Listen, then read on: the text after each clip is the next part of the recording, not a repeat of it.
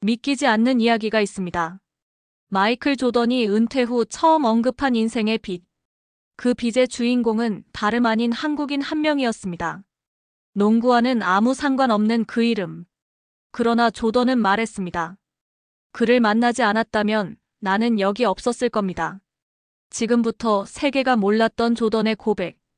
그 진실을 함께 따라가 보시죠.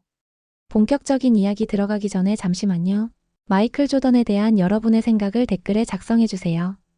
또한 이야기 들으시면서 기대가 되신다면 구독, 좋아요로 함께 해주세요.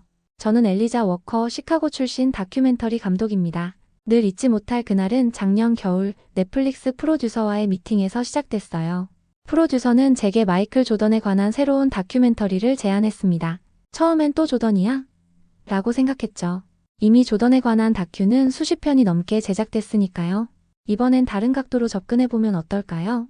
조던이 NBA 스타가 되기 전 그의 초기 모습을 담는 거죠. 흥미로운 제안이었습니다. 우리는 마이클 조던을 너무나 잘 알지만 그가 시카고 불스에 처음 발을 디뎠을 때의 모습은 어땠을까요? 그 순간부터 제 머릿속은 온통 1984년의 조던으로 가득 찼어요. 편집실에서 밤을 새며 조던의 오래된 인터뷰들을 찾아보던 중 우연히 발견한 짧은 클립 하나가 제 인생을 바꿔놓았습니다. 2010년대 초반 한 스포츠 채널과의 인터뷰에서 조던이 한 말이었어요. 내 인생에서 가장 큰 빚을 진 사람이요? 아마 대부분이 모르실 겁니다. 시카고에 처음 왔을 때 만난 한 택시 기사였어요. 한국인이었는데 그분은 제 첫 번째 진짜 팬이었고 평생 잊지 못할 겁니다. 그 순간 느꼈어요. 이건 단순한 에피소드가 아니라 숨겨진 스토리라는 걸요. 조던처럼 위대한 선수가 자신의 인생에서 가장 큰 빚을 진 사람으로 무명의 한국인 택시 기사를 꼽다니요. 그 순간 제 마음속에서 불꽃이 일었습니다. 찾아야 했어요, 그 한국인을. 다음날 아침 프로듀서에게 전화했죠. 조던의 첫 번째 팬을 찾아서라는 제목은 어떨까요? 프로듀서는 잠시 침묵했다가 물었어요. 누구요? 제가 대답했습니다. 조던이 처음 시카고에 왔을 때 그를 도와준 한국인 택시 기사요. 조던의 말에 따르면 그의 인생에서 가장 큰 빚을 진 사람이라는데요. 시카고 오헤어 국제공항 기록보관소에서부터 조사를 시작했어요. 1984년 6월 마이클 조던이 시카고에 도착한 날짜를 중심으로요. 당시 공항 택시 운전기사 명단을 찾아내는 건 쉽지 않았죠. 시카고 교통국은 40년 전 기록을 찾는 제게 고개를 절레절레 흔들었어요. 포기하지 않고 시카고 한인회를 찾아갔습니다. 1984년 택시 운전을 하던 한인분을 찾고 있어요. 한인회 사무실에 앉아있던 고령의 여성분이 안경을 고쳤으며 저를 바라봤죠. 왜 찾으시는데요? 제가 조던 이야기를 꺼내자 그녀의 눈이 반짝였어요. 아, 혹시 박상복 씨 말하는 건가요? 심장이 쿵 내려앉는 느낌이었어요. 첫 번째 실마리를 찾은 거죠. 하지만 그게 전부였어요. 박상복이라는 이름만 있을 뿐 그가 지금 어디에 있는지, 언제 한국으로 돌아갔는지는 알 수 없었습니다. 밤새 검색해봤지만 소셜미디어도 없던 시절의 사람을 찾는 건 정말 어려웠어요. 그러다 문득 떠올랐죠. 조던이 그렇게 고마워했다면 혹시 그들이 연락을 주고받았을지도 모른다는 생각이요. 다음날 아침 일찍 조던의 매니지먼트 팀에 연락했습니다. 언제나처럼 접근이 쉽지 않았지만 제 다큐멘터리 주제를 듣고는 놀랍게도 직접 통화가 연결됐어요. 조던 씨, 엘리자 워커입니다. 한국인 택시 기사 박상복 씨에 관해 여쭤보려고요. 전화 너머로 잠시 침묵이 흐르더니 조던의 목소리가 들려왔습니다. 평소에 자신감 넘치는 톤이 아닌 어딘가 감성적인 목소리였어요. 40년이 넘었네요. 그분이 아직 살아계신지조차 모르겠습니다. 마지막으로 연락받은 건 90년대 말 그분이 한국으로 돌아간다는 소식이었어요. 그렇게 확인했습니다. 박상복은 실존 인물이고 그가 한국으로 돌아갔다는 사실을요. 이제 그를 찾기 위해 저도 한국으로 가야 했습니다. 주변에선 미쳤다고 말했어요. 하지만 전 확신했습니다. 한국인 택시 기사와 NBA 레전드 사이의 이 숨겨진 인연이 분명 놀라운 이야기를 품고 있을 거라고요. 인천국제공항에 도착한 날 하늘에서 내려다본 서울의 야경이 잊히질 않네요. 한강을 따라 반짝이는 불빛들이 마치 은하수처럼 펼쳐져 있었습니다. 한국은 처음이었어요. 언어도 문화도 낯설었지만 이상하게도 설렘이 가득했죠. 마치 퍼즐의 마지막 조각을 찾으러 온 것 같은 기분이었어요. 호텔에 짐을 풀자마자 노트북을 펼쳤습니다. 박상복이라는 이름으로 한국 내 검색을 시작했죠. 흔한 이름이라 그런지 수많은 결과가 나왔어요. 하지만 제가 찾는 그 특별한 박상복은 보이지 않았습니다. 다음날 아침 한국의 농구협회를 찾아갔어요. 마이클 조던과 관련된 한국인 택시 기사에 관한 정보를 찾고 있습니다 라고 말했더니 직원들은 의아한 표정을 지었죠. 아무도 그런 이야기를 들어본 적이 없다고 했어요. 한국 농구 발전에 기여한 인물들의 명단도 확인해봤지만 박상복이란 이름은 없었습니다. 점점 지쳐가던 차에 한 직원이 다가와 말했어요. 혹시 조던 플라이트 매장을 가보셨나요? 서울 홍대 입구에 있는데 거기 뭔가 있을지도 모르겠네요. 그날 오후 홍대 입구역에서 내려 매장을 찾아갔습니다. 유리문을 열자 조던의 농구화와 유니폼들이 빛나고 있었어요. 벽에는 조던의 명언들과 함께 그의 커리어를 보여주는 타임라인이 전시되어 있었습니다. 매장을 둘러보다 문득 구석에 있는 작은 명판이 눈에 들어왔어요. 조던 플라이트 서울 후원자 명단이었죠. 그리고 거기 10번째 줄에 박상복이란 이름이 있었습니다. 심장이 요동쳤어요. 이건 분명 의미 있는 단서였죠. 매장 직원에게 달려갔습니다. 이 명단에 있는 박상복이란 분에 대해 아시나요? 젊은 직원은 고개를 저었지만 매니저를 불러주겠다고 했어요. 잠시 후 나온 40대 후반으로 보이는 남성이 저를 유심히 바라봤습니다. 박상복 씨요? 네, 알고 있습니다. 서울 매장이 처음 문을 열 때 특별히 조던 본인이 요청해서 후원자 명단에 넣은 이름이에요. 우리도 처음엔 누군지 몰랐죠. 그런데 조던이 그분은 내 첫 번째 팬이었다고 말했다고 해요. 제 온몸에 전율이 흘렀습니다. 바로 그거였어요. 매니저는 계속해서 말했습니다. 박상복 씨는 지금 전라남도 어딘가에 살고 계시다고 들었어요.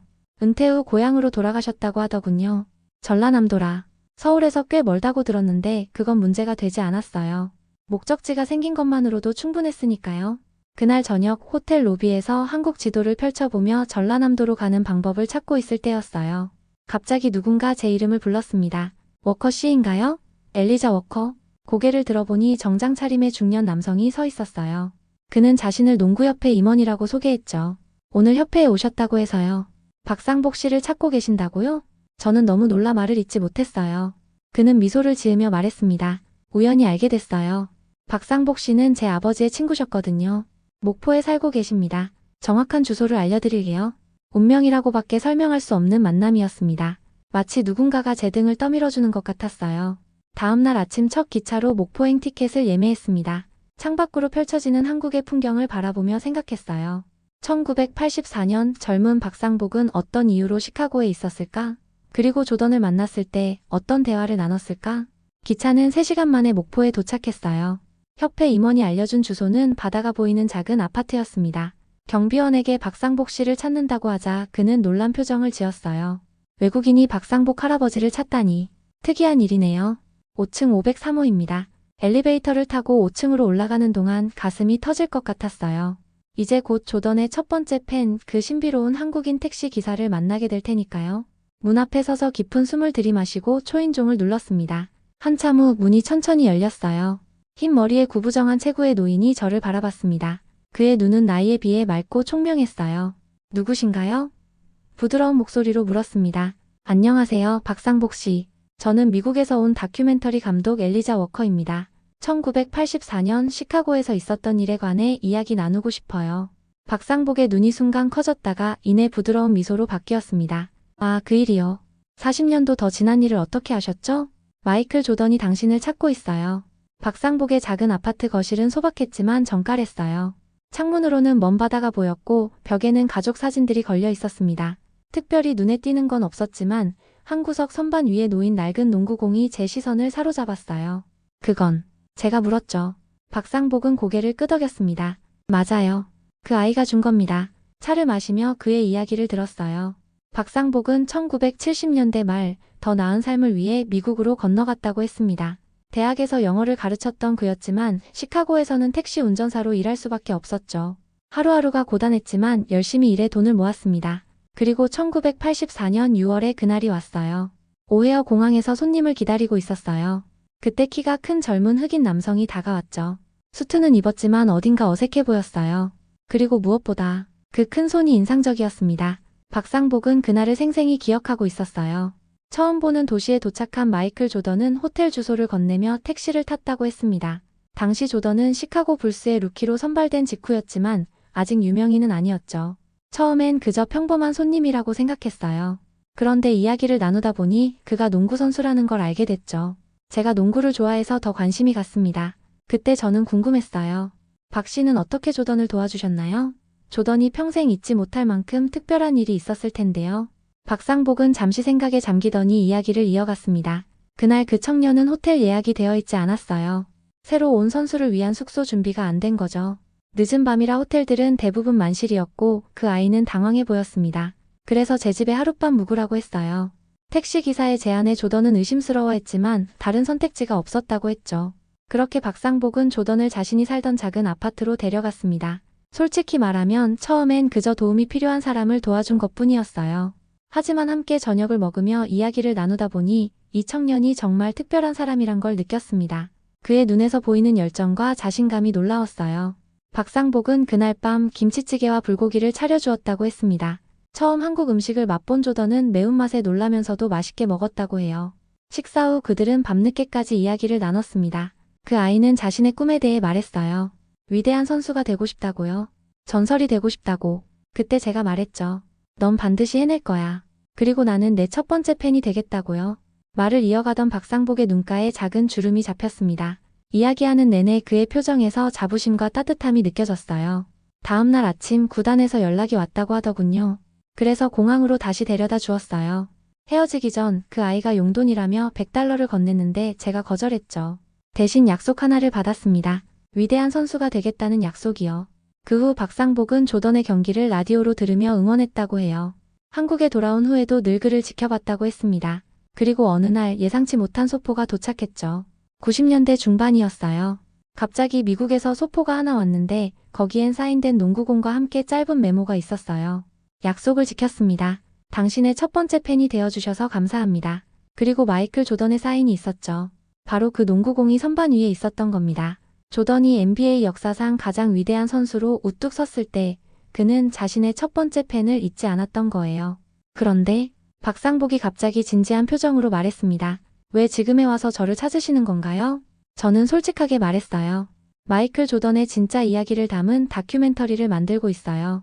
그리고 당신과 조던의 만남이 그 시작점이라고 생각합니다. 박상복은 손을 내저었습니다. 아니에요.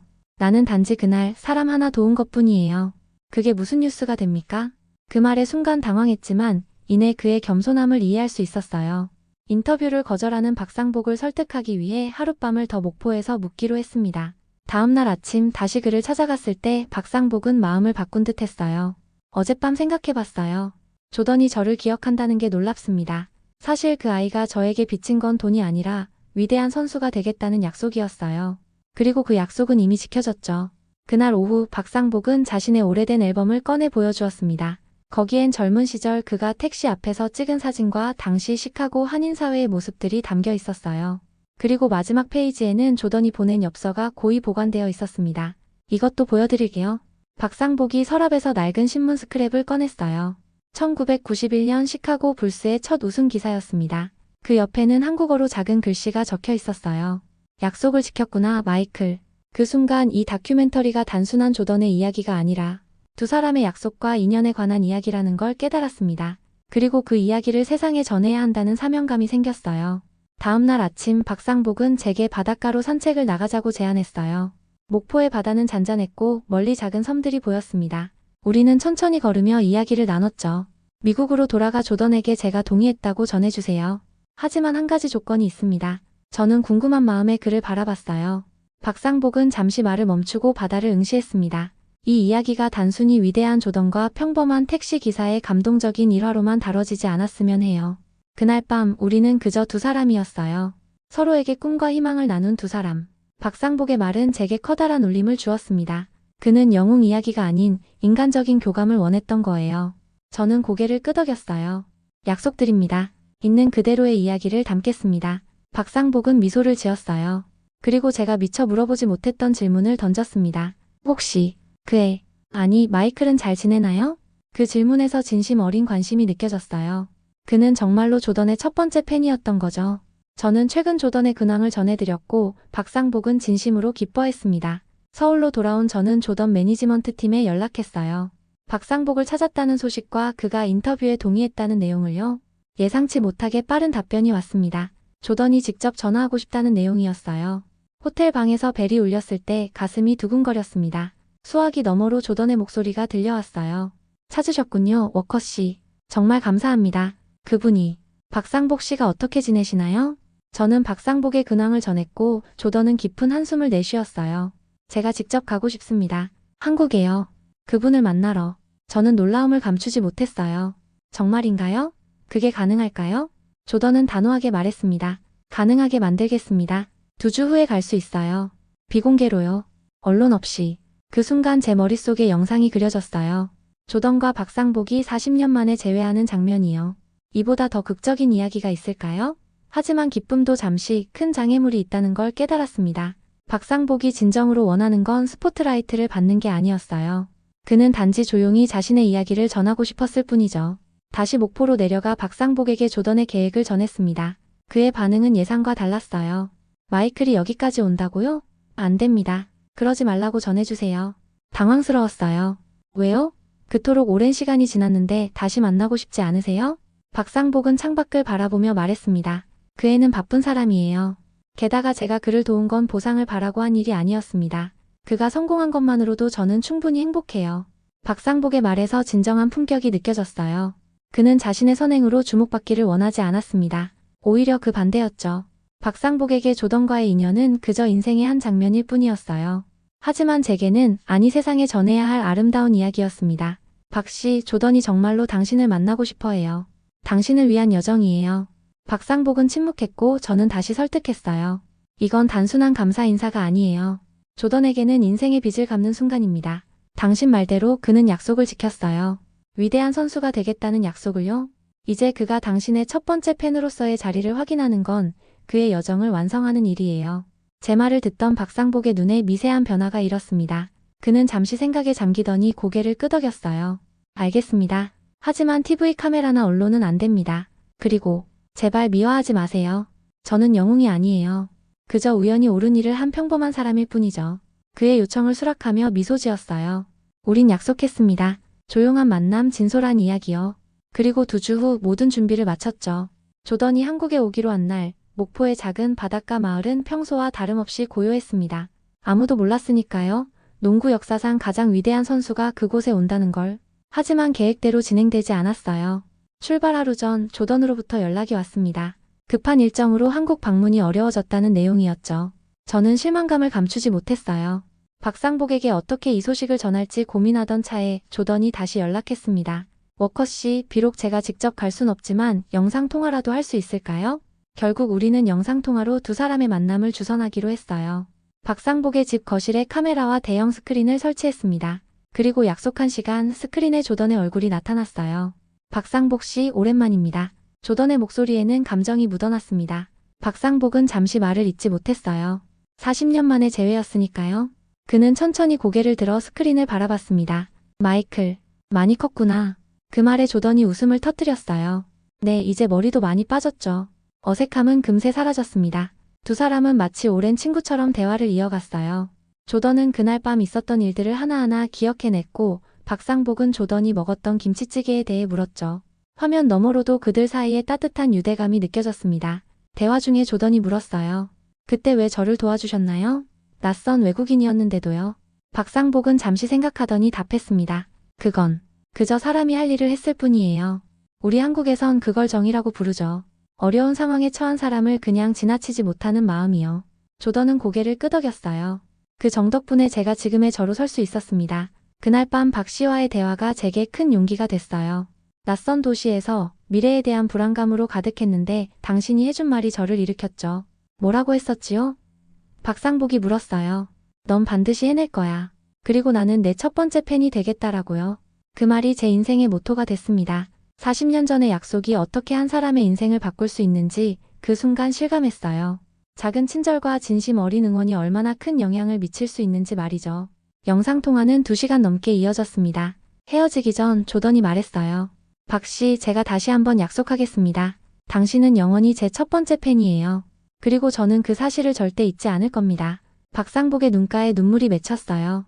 그는 말없이 고개를 끄덕였습니다. 그리고 마지막으로 한마디를 덧붙였죠. 마이클, 네가 자랑스럽구나. 영상통화가 끝난 후 박상복은 제게 말했어요. 조던에게 빚을 진 건 제가 아니라 조던이라고 생각했어요. 하지만 이제 알겠습니다. 우리는 서로에게 소중한 존재였던 거죠. 그건 빚이 아니라 인연이었습니다. 그 말이 저에게 큰 울림을 주었어요. 다큐멘터리의 진짜 메시지를 찾은 것 같았습니다. 이건 단순한 은혜 갚기 이야기가 아니었어요. 서로에게 영감을 준 두 사람의 인연, 그리고 그 인연이 만들어낸 작은 기적에 관한 이야기였죠. 다시 미국으로 돌아온 저는 모든 촬영 자료를 검토하기 시작했어요. 박상복과의 인터뷰, 조던과의 대화, 그리고 그들의 영상 통화까지 순간순간 담긴 진심이 화면을 통해 고스란히 전해졌습니다. 하지만 뭔가 부족했어요. 마무리가 필요했죠. 편집실에서 밤을 새우던 중 조던으로부터 전화가 왔습니다. 워커 씨, 다큐멘터리는 잘 진행되고 있나요? 저는 솔직하게 말했어요. 좋은 자료는 많은데 마무리가 아쉬워요. 끝맺음이 필요합니다. 조던은 잠시 침묵했다가 말했어요. 제가 한 가지 제안이 있습니다. 박 씨를 위한 작은 선물을 준비했어요. 그의 제안은 놀라웠습니다. 조던은 박상복의 이름을 딴 장학재단을 설립하기로 했다고 했어요. 박상복 퍼스트 팬 스칼라십이라는 이름으로 한국과 미국의 학생들에게 교육 기회를 제공하는 재단이었죠. 그분이 제게 보여주신 친절을 다른 이들에게도 전하고 싶어요. 특히 꿈을 향해 달려가는 젊은이들에게요. 감동적인 제안이었습니다. 하지만 박상복이 동의할지 확신이 서지 않았어요. 그의 겸손한 성격을 생각하면 자신의 이름을 내건 재단이 부담스러울 수도 있었으니까요. 다시 한국으로 향했습니다. 목포에 도착해 박상복을 만났을 때 그는 여전히 소박한 일상을 보내고 있었어요. 조던의 제안을 전하자 예상대로 그는 놀라움을 감추지 못했습니다. 내 이름으로요? 안 됩니다. 그건 너무 과한 일이에요. 설득하려 했지만 박상복은 완강했어요. 그는 자신의 작은 선행이 그런 큰 명예로 이어지는 것을 원치 않았습니다. 하지만 제가 재단의 취지를 설명하자 그의 표정이 조금씩 바뀌기 시작했어요. 이건 단순히 당신을 기리는 게 아니라 당신이 보여준 정의 가치를 전하는 일이에요. 한 사람의 작은 친절이 얼마나 큰 영향을 미칠 수 있는지 보여주는 거죠. 긴 대화 끝에 박상복은 한 가지 조건을 제시했습니다. 제 이름은 빼주세요. 대신 퍼스트 팬 스칼라십이라고 하면 좋겠어요. 그리고 제가 가진 조던의 농구공을 첫 번째 장학금 수여식에 전시하고 싶습니다. 그의 뜻을 존중하기로 했어요. 다시 미국으로 돌아와 조던에게 전했죠. 조던은 미소를 지으며 말했습니다. 역시 그분다운 결정이네요. 받아들이겠습니다. 한 달 후 시카고에서 퍼스트 팬 스칼라십 재단 설립 행사가 열렸어요. 박상복은 건강상의 이유로 참석하지 못했지만 영상 메시지를 보냈습니다. 영상 속 그의 말은 간결하고 소박했지만 그 어떤 화려한 연설보다 감동적이었어요. 제가 한 일은 특별한 게 아닙니다. 여러분도 일상에서 누군가에게 친절을 베푸세요. 그것이 그 사람의 인생을 어쩌면 세상을 바꿀 수도 있으니까요. 행사장에 모인 사람들은 그의 말에 기립박수를 보냈습니다. 조던은 눈시울을 붉히며 단상에 올랐어요. 40년 전 한 택시 기사가 저에게 보여준 친절은 단순한 도움을 넘어 제 인생의 방향을 바꿨습니다. 그분은 제게 넌 반드시 해낼 거야 라고 말해주셨고 저는 그 말을 평생 간직했어요. 오늘 이 자리에 박상복 씨가 없지만 그분의 정신은 이 재단을 통해 영원히 살아갈 겁니다. 그날 밤 저는 다큐멘터리의 마지막 장면을 완성했어요. 박상복의 농구공이 퍼스트 팬 스칼라십 재단 로비에 전시되는 모습이었죠. 그 농구공 옆에는 작은 명판이 있었어요. 첫 번째 팬에게 그리고 앞으로 올 모든 팬들에게 꿈은 반드시 이루어진다. 마이클 조던. 다큐멘터리 편집이 거의 끝나갈 무렵 뜻밖의 소식이 들려왔습니다. 마이클 조던이 직접 한국을 방문한다는 거였어요. 그것도 다큐멘터리 촬영과는 별개로 오직 박상복을 만나기 위해서요. 워커 씨, 이건 다큐멘터리와 관계없는 개인적인 방문입니다. 카메라 없이요. 제가 꼭 해야 할 일이에요. 조던의 의지는 확고했고 저는 그의 결정을 존중했습니다. 그리고 그는 정말로 한국을 찾았어요. 언론의 주목을 피해 조용히 목포로 향했죠. 박상복의 집 앞에 선 조던의 모습은 상상만 해도 가슴 벅찼습니다. 그들의 만남은 비공개로 진행됐고 어떤 대화를 나눴는지 정확히 알 수 없었어요. 다만 조던이 돌아온 후 제게 짧게 전화를 걸어왔을 뿐이죠. 워커 씨, 감사합니다. 제 인생에서 가장 의미 있는 만남이었어요. 그 말만으로도 충분했습니다. 때론 카메라가 담지 못하는 진실이 있는 법이니까요. 그들의 만남은 오직 그들만의 소중한 기억으로 남게 됐어요. 다큐멘터리 첫 번째 팬은 마침내 완성되었고 넷플릭스를 통해 전 세계에 공개됐습니다. 반응은 폭발적이었어요. 단순한 스포츠 다큐멘터리를 넘어 인간적인 감동을 전하는 작품으로 평가받았죠. 특히 한국에서의 반응은 더욱 뜨거웠습니다. 많은 사람들이 박상복의 이야기에 감동받았고 그의 정의 가치를 되새기는 계기가 됐어요. 가장 놀라운 반응은 시카고 불스 팬들로부터 왔습니다. 그들은 자발적으로 박상복 데이를 만들어 시카고 현지 한인 커뮤니티와 교류하는 행사를 열었어요. 한국 음식을 나누고 서로의 문화를 이해하는 축제로 발전한 거죠. 조던은 시카고에 자신의 매장 하우스 오브 마이클 조던의 특별 섹션을 마련했어요. 첫 번째 팬 코너였죠. 그곳에는 박상복의 이야기와 함께 그가 조던에게 처음으로 한국 음식을 대접했던 일화가 소개되어 있었습니다. 작은 선행이 어떻게 역사가 되었는지 보여주는 공간이었어요. 다큐멘터리 방영 6개월 후 저는 다시 한국을 찾았습니다. 이번엔 퍼스트펜 스칼라십 한국 지부 설립 행사 때문이었어요. 서울 한복판 현대적인 건물 안에 재단 사무실이 문을 열었습니다. 개소식에는 많은 인사들이 참석했지만 가장 주목받은 건 역시 박상복이었어요. 그날 박상복은 처음으로 공식 석상의 모습을 드러냈습니다. 수줍은 미소를 지으며 단상에 선 그는 여전히 40년 전의 그 소박한 택시 기사 그대로였어요. 짧은 인사말을 통해 그는 자신보다 재단의 취지에 초점을 맞췄습니다. 이 재단이 많은 젊은이들의 꿈을 응원하길 바랍니다. 여러분의 작은 응원 한마디가 누군가의 인생을 바꿀 수 있어요.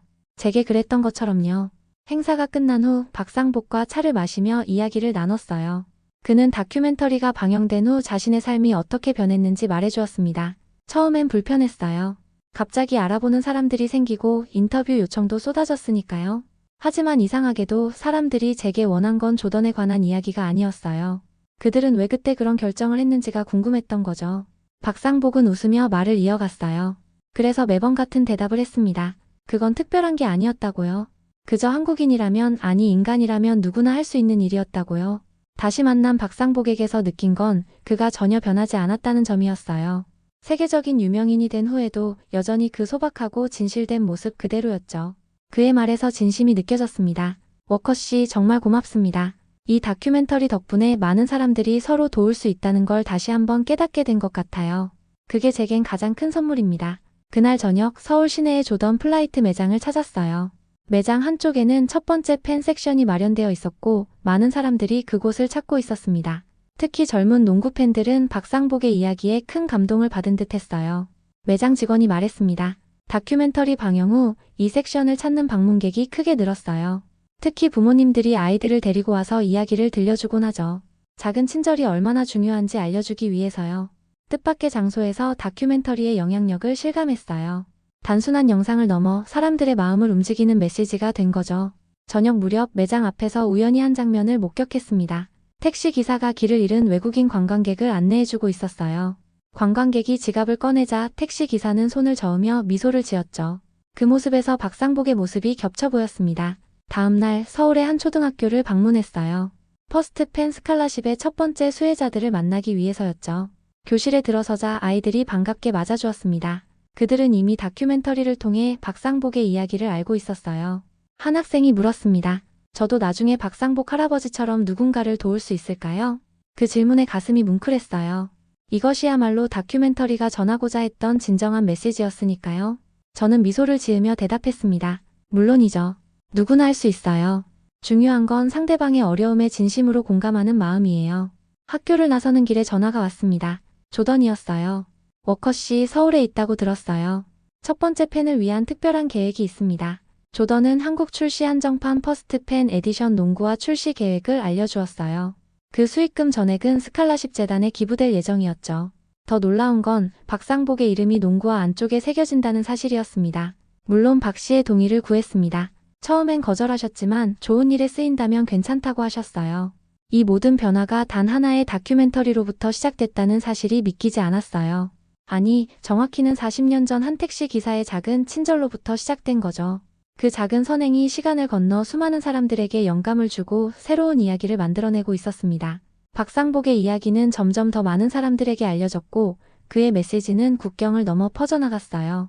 전 세계 농구 팬들은 첫 번째 팬의 의미를 기억하게 됐고 조던 브랜드는 그 정신을 계승하기 위한 다양한 프로젝트를 시작했습니다. 서울로 돌아오는 비행기 안에서 제 옆자리에 앉은 승객이 제 얼굴을 알아보았어요. 혹시 첫 번째 팬의 감독 아니신가요? 저는 미소를 지으며 고개를 끄덕였습니다. 정말 감동적인 다큐멘터리였어요. 특히 한국인으로서 더욱 자랑스러웠습니다. 많은 대화를 나눴고 비행기가 착륙하기 전 그가 마지막으로 한 말이 오래도록 기억에 남았어요. 워커씨, 당신도 결국 첫 번째 팬이 됐네요. 박상복 씨예요. 그 말에 깊이 공감했습니다. 이 여정을 통해 저 역시 박상복의 정에 감동받은 또 한 명의 팬이 된 셈이었으니까요. 처음엔 그저 조던에 관한 다큐멘터리였지만 어느새 박상복이라는 인물의 진정한 가치를 전하는 이야기가 됐어요. 미국으로 돌아온 후 다큐멘터리는 예상 이상의 성과를 거두었습니다. 에미상 후보에 오르고 여러 영화제에서 상을 받았죠. 하지만 제게 가장 의미 있는 순간은 따로 있었어요. 시카고의 한 초등학교에서 다큐멘터리 상영회를 열었을 때 한 아이가 저에게 다가와 했던 말이었습니다. 제가 크면 박상복 아저씨처럼 다른 사람을 도울 거예요. 그리고 그 사람이 위대해지면 정말 자랑스러울 것 같아요. 그 말에 가슴이 뭉클했어요. 이 다큐멘터리가 새로운 세대에게 영감을 주고 있다는 사실이 너무나 감사했습니다. 조던은 약속을 지켰어요. 퍼스트 펜 스칼라십은 해마다 성장해 이제는 한국과 미국에서 수십 명의 학생들에게 기회를 제공하고 있습니다. 박상복의 이름은 비록 전면에 드러나지 않지만 그의 정신은 재단의 핵심 가치로 자리 잡았죠. 가장 놀라운 변화는 조던 플라이트 서울 매장이었어요. 처음엔 작은 코너에 불과했던 첫 번째 팬 섹션이 이제는 매장의 중심이 되었습니다. 전 세계 농구 팬들이 서울을 찾을 때 꼭 들르는 순례지처럼 변한 거죠. 많은 방문객들이 그곳에서 정의 의미를 배우고 작은 친절의 힘을 느끼고 갑니다. 마지막으로 박상복을 만난 건 다큐멘터리 방영 1주년 기념일이었어요. 그는 여전히 목포의 작은 아파트에서 소박하게 살고 있었습니다. 제가 준비한 선물 다큐멘터리 DVD 특별판을 건넸어요. 이게 뭐예요? 박상복이 물었죠. 전 세계 시청자들이 보내온 감사 메시지예요. DVD에 특별 부록으로 담았습니다. 그는 조용히 DVD를 받아들고 미소 지었어요. 창밖을 바라보며 말했습니다. 참 신기한 일이네요. 40년 전 그저 한 사람을 도왔을 뿐인데 이렇게 많은 사람들에게 전해질 줄은 몰랐어요. 저는 용기를 내어 물었습니다. 후회 없으세요? 갑자기 유명해지고 많은 사람들이 알게 된 것에 대해서요. 박상복은 고개를 저었어요. 전혀요. 오히려 감사해요. 이 나이에 새로운 의미를 찾게 해줬으니까요. 그리고 무엇보다 그 아이가 마이클이 자신의 약속을 지켰다는 걸 확인할 수 있어서 기뻤습니다. 작별 인사를 나누기 전 박상복이 저에게 물었어요. 워커 씨, 다음 작품은 뭐예요? 저는 웃으며 대답했습니다. 아직 모르겠어요. 하지만 확실한 건 첫 번째 팬만큼 감동적인 이야기를 찾기는 쉽지 않을 것 같다는 점이에요. 박상복은 제 어깨를 토닥이며 말했습니다. 괜찮아요. 세상엔 아직 발견되지 않은 수많은 이야기가 있으니까요. 당신이라면 찾아낼 수 있을 거예요. 당신의 댓글 하나가 다음 감동을 만듭니다. 구독, 좋아요 잊지 마세요.